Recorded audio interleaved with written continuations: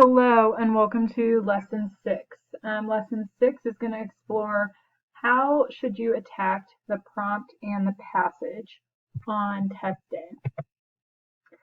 Before we get started, I just want to remind you that you should have right now two things open on your computer. It should be Lesson 6 where you're completing today's work, and you should also have the Albright passage pulled up on your computer because we're going to be using that through the guided practice today.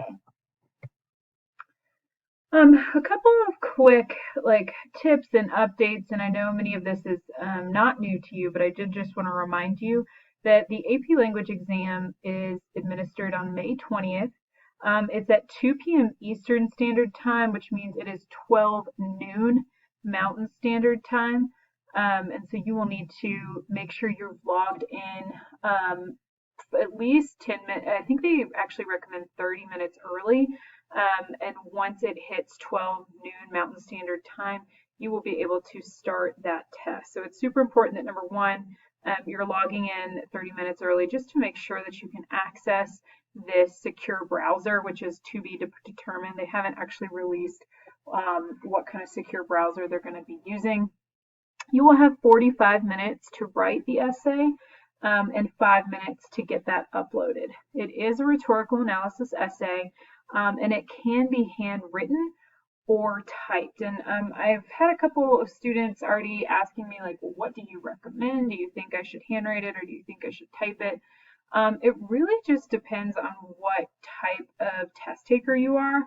And so you'll notice that in the tips over here on the right-hand side, I would be thinking about, well, really take some time to reflect on what type of test taker you are. Do you prefer to type your essay, or do you want to minimize as many distractions as possible and just handwrite it because that's what you've practiced? It's up to you. If you want to reach out to me on a one-on-one basis so we can conference about it, I'm more than happy to do that, and I can kind of go over tips or things you can reflect upon before you decide.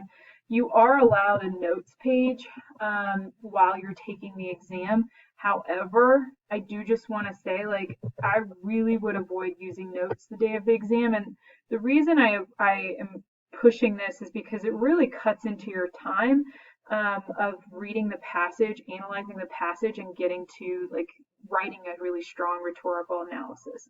Instead, you should maybe review your notes right before the test starts, or review it a couple of days in advance. But you have the skills and you have written these essays before, and so I really wouldn't be focused on shuffling through your notes. Instead, I would focus on, okay, what do I want to remember before going into this exam? How do I plan to tackle this exam, which we're going to be going over today. I also just wanted to give you a heads up about what is to come in the future dates of class. So you'll notice that we are on lesson 6, which is attacking the rhetorical analysis free response question. You'll notice that let me scroll over a little bit. These lessons are geared toward preparing you for the rhetorical analysis prompt on the exam, and some of the lessons are kind of sectioned off. So if you can see, lessons 8 through 10 are really, lessons 8 through lesson 13 are really focused on your writing. How do you actually construct a really strong essay that's going to earn that sophistication point? And we've done some of that in our previous lessons. And then lesson 14 through 22, we're honing in on those rhetorical moves, and we're returning back to, okay, we don't want to just identify the choices the authors make. We really want to show that we understand the rhetorical situation as a whole. So today's lesson is to understand the key elements of the rhetorical analysis free response question. And I'm going to be going over how to attack the prompt and how to read the passage. So some tips I have for when you're in a test-taking environment, how should you approach this? Now, obviously, this has changed somewhat since we've been in class, and the reason is because now it's digital, so you might not be able to mark on the actual exam. And so if that's the case, it's going to be important that you're practicing taking strong notes now. So if you want to have a sheet of notebook paper out as you're watching this video, you could record some of your notes through that method just to see, okay, I've read this. I'm reading and I'm transferring my annotations to an actual piece of paper instead of on the actual test exam. So we're going to attack the prompt. And a couple of quick tips before we do that. Rhetorical analysis for your response question, your response should be able to do the following, and this is what the rubric kind of assesses you on. It should respond to the prompt with a thesis statement that analyzes the writer's rhetorical choices. We have done this before. We have gone over plenty of lessons regarding like strong thesis statements that have the rhetorical choices that the author is making and that addresses the message that the author is conveying through that text. To select and use evidence to develop and support your line of reasoning. This is nothing new. We always want to make sure our evidence is relevant and that we don't just use it, but that we dig into use it to show why the author is making certain decisions or how it relates to the audience, to the writer, or to the purpose. So again, those rhetorical situations. 3, explain the relationship between the evidence and your thesis. 4, demonstrate an understanding of the rhetorical situation. And 5, use appropriate grammar and punctuation in communicating your argument. All prompts have a stable wording, which means when you get the prompt on May 20th, it is going to look a lot like what we've practiced. There's going to be some sort of background on the rhetorical situation. It'll say, read the passage carefully, write an essay that analyzes the rhetorical choices the writer makes to either develop, achieve, or convey his or her argument, purpose, or message. So these little bracketed points can kind of change depending on the actual passage, but it's always going to give you some context. I really recommend taking at least 3 minutes to read the prompt and deconstruct the rhetorical situation within that prompt. So this is today's prompt, and you should have this pulled up on your computer. What I'm going to do is I'm going to have you take 3 minutes to read and annotate the prompt. And when I say annotate the prompt, what I mean by that is I want you to read the prompt and identify where you see elements of the writer, the audience, the exigence, the purpose, the message, and the context. So where do we see the rhetorical situation? What is the rhetorical situation in this prompt? Go ahead and pause the video, take 3 minutes, and on your today's class packet, identify the rhetorical situation within the prompt. All right, welcome back. You should have read the prompt and identified the elements of the rhetorical situation within the prompt. Again, I recommend taking 3 minutes on the day of the exam to do this. If it takes you 3 minutes and you are only able to recognize the writer, the audience, and the message, that is okay. Take that 3 minutes, move on to the passage. But here is what you should have on your paper, so you might want to check that. It starts with a little bit of context that this is in 1997. Then United States Secretary Madeleine Albright gave the commencement speech to the graduating class of Mount Holyoke College, a women's college in Massachusetts. Read the passage carefully, write an essay that analyzes the rhetorical choices Albright makes to convey her message about the importance of perseverance. And so we know that the context is 1997. We do know that the writer here is a United States secretary. And so that's important. The exigence, why she's writing this, even if we don't know what the word commencement means, we can infer based off graduating class that it's a graduation speech. So she is writing this to deliver a graduation speech. And her audience is a women's college. So she has an audience full of women who are graduating Mount Holyoke College. Her purpose, again, it's a speech, so we can make several inferences regarding, well, if it's a graduation speech, she's probably there to kind of inspire them or something else we'll have to read on to see. But we also note that in the passage it says convey her message. So her purpose is to convey, and then we're going to want to read on to see what other message or what other purpose she has in writing this speech. Her message is to instill the importance of perseverance in her audience. So we know she's really promoting this idea of perseverance. So now that you've taken 3 minutes to deconstruct the prompt, I recommend that you take 7 minutes to read and study the passage.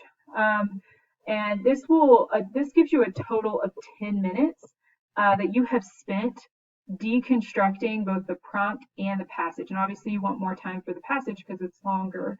And so here are the steps that I'm recommending that you use to attack the passage. These are the same steps that College Board recommends. But I really want to just note it's super important to have a game plan going into this rhetorical analysis essay. And here is the game plan.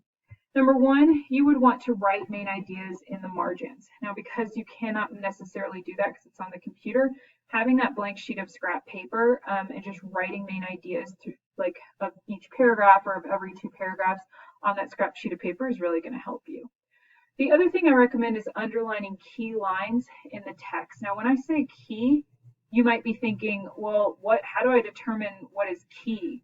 In this case, we already know that her message, and I'm going to go back to this really quick, her message is to convey the importance of perseverance. So those key lines that we're going to be underlining need to relate to that message. And after you've underlined them, you'll want to go back and study those key lines because those are going to be important and possibly the evidence that you use in your rhetorical analysis essay. 4, look for the rhetorical situation. Yes, we have a very basic understanding of the rhetorical situation from the prompt, but this passage, this speech that she's writing is going to give us a better idea of her beliefs, values, and needs, of her perception of her audience's values and needs, how she appeals to her audience, how she conveys her message. And so we're going to be wanting to look for the rhetorical situation within the text. And the last one, number 5, higher skilled readers often already do this. But if you are tight on time, I recommend focusing on 1 through 4. But 5 is also super important, and we're going to continue to work on this throughout the next few lessons. You're going to want to chunk the passage, and what I mean by that is identify shifts. So those shifts could be topics, like a shift in subject if she's talking about one thing in the first 2 paragraphs and then she shifts to something else, or it could be shift in attitude or tone. So on your handout for class today, lesson 6, you have a place to jot down these notes. So what I would like for you to do right now is pause the recording and take 7 minutes to attack the passage. I want you to use those 5 steps, and notice that I have combined steps underlining key lines and studying key lines into one. But I want you to complete these 5 steps in order to practice your game plan. All right, welcome back. You should have spent the 7 minutes attacking the passage, jotting down the main ideas that you saw in the passage, jotting down key lines that you found in the passage that related to her message of perseverance, looking for the rhetorical situation, identifying those elements, and then chunking the passage based off shifts in topics or subjects or shifts in attitude or tone. So you will want to record some of what I have now because I'm going to go over a guided practice of how this should look. So as you'll probably notice when you're writing the main idea in the margins or when you're just capturing it on a note catcher, the main idea shifts throughout the passage. She starts with really how democracy has improved our lives and how the U.S. has this fighting spirit. She transitions to women who are standing up. She gives all these strong examples of women across the world that she has met with. And then you'll notice she shifts in lines. It's hard for me to see that right off. I can't really see that. But she shifts to where she's referencing the audience, and she's really using the pronoun you to kind of call out the audience and have them set higher goals for themselves. And so this last part is really a call to action with what women should be doing. So those main ideas should be captured somewhere on your paper. And then the next thing I want to just note is your main ideas may look different, or your key lines might look different, and that's okay. Like, note that you might want to add some things, or you can just note that, oh, mine is different than Ms. Cochran's are. Okay, so some of the key lines that I noted are lines 40 through 44, where she says, instead, women everywhere, whether bumping against a glass ceiling or rising from a dirt floor, are standing up and spreading the word that we are ready to claim our rightful place as full citizens and full participants in every society on earth. These women have in common a determination to chart their own path, and by doing so, to alter for the better the course of their country or community. So lines 64 and 66 as well. 72 and 74, but no matter how tough the opposition may seem, have courage still and persevere. She's kind of calling, like, no matter how hard this gets, you still need to move forward. You still need to go forth in perseverance, which relates back to her message. And then the last one, and I've kind of used the ellipses to cut part of this out because it's pretty long. I summon you, and this is where she's calling on the audience to embrace the faith that your courage and your perseverance will make a difference, and that every life enriched by your giving, every friend touched by your affection, every soul inspired by your passion, every barrier to justice brought down by your determination. So essentially here she's saying perseverance will pay off in your life, like it's going to benefit you. And so those are some of the key lines that I recorded. Now for the rhetorical situation, you'll notice I've broken this down into, here is what we gleaned from the prompt. And notice it's pretty vague. Like, we do know that the writer is Secretary of State Madeleine Albright, but from the passage, we note that she's not just the Secretary of State, she's also met with women who are fighting for equality and democracy. So she's taken that time to really meet with women and pursue this this fight for equality. Audience, it is female graduates, but through the language, especially in the second half of the letter, we start to see that they have high expectations for themselves. There's this shared value of high expectation between the speaker and the audience. The exigence, it is a graduation speech, so we already know like why she's writing this. But we also note from the passage that women are facing adversity and pushback when fighting for rights across the world, right? And so that kind of like gives her speech, it's why she's writing this speech, not just for graduation, but because this is such a common issue facing women. Purpose is to convey, but again, as you start to read this, you start to see that, well, she's kind of cautioning women a little bit about like, this is what you may face. And then overall, her speech is meant to inspire and to motivate them to persevere through those hardships, through those glass ceilings. And so note that the purpose did change after we read the passage. We have now a more thorough understanding of that purpose. For context, again, we don't have much from the prompt. It's 1997. It's at a women's college, Mount Holyoke. And yet in the passage, we kind of see that the U.S. keeps fighting for human rights. Now for our last step of attacking the passage, you'll notice that we are chunking the passage, identifying shifts in subject matter or identifying shifts in tone. And we start to see that our main ideas kind of the passage as a whole kind of highlight these shifts in topics. So she really starts out with how democracy has improved lives, how the U.S. has such a strong fighting spirit. She then transitions to like the roles of women around the world. And then last, she kind of calls on women to, this is your task, this is what you need to do. And so one thing I want to highlight with this is, if you have attacked the passage kind of following these guidelines, you'll already notice you are set up for your essay. So the first chunk of text, again, describes the importance of democracy and the U.S.'s fighting spirit.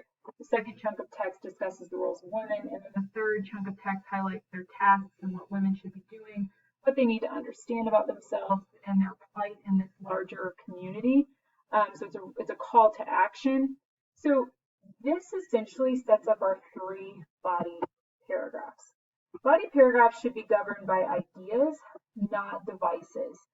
And I do want to just note, you probably noticed we have not discussed devices in this lesson. And the reason for this is because strong body paragraphs, what's going to earn that strong, high evidence and commentary score on the sophistication point, are governed by ideas. So for example, we've already chunked the text into 3 sections. So we now note that our first body paragraph is going to be about the importance of democracy and the U.S.'s fighting spirit, how she is highlighting that.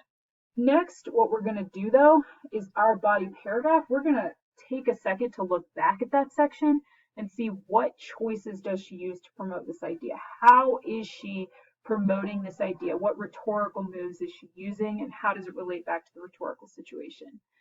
For the second body paragraph is about Albright's explanation for the roles of women around the world.